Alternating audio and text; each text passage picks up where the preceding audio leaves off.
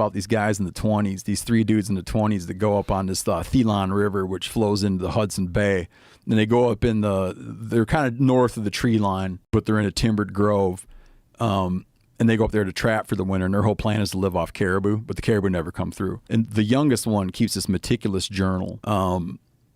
In this book, he keeps this meticulous journal, and he documents with painstaking detail the 2 people he's with starving to death and himself eventually starving to death. He lets off at a point, it's unclear when he died. He had the wherewithal to put the journal in the stove and to make a sign that said, look in the stove. And when they found him a couple years later, they were able to find his journal. It got so bad that they're like crushing animal bone, which is a thing that's what I'm going to talk about. This Donner Party deal I was working on is these guys are crushing animal bone and boiling it to get some kind of nutritive value out of crushed animal bone. And they're eating animal hide, okay?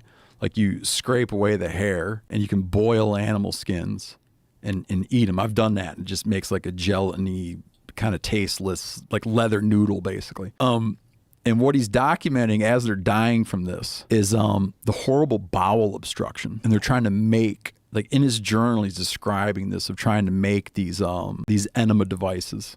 Oh. And even for a while on each other, trying to perform like an operation on each other, because that bone fragment that they're boiling that bone fragment and drinking it, but that bone fragment in their bowel is like reforming. Oh, God. Into bone plugs. And even when they find these guys, years later, a guy from the Canadian Mounted Police is like doing this very, like basically a crime scene description of what went on in here.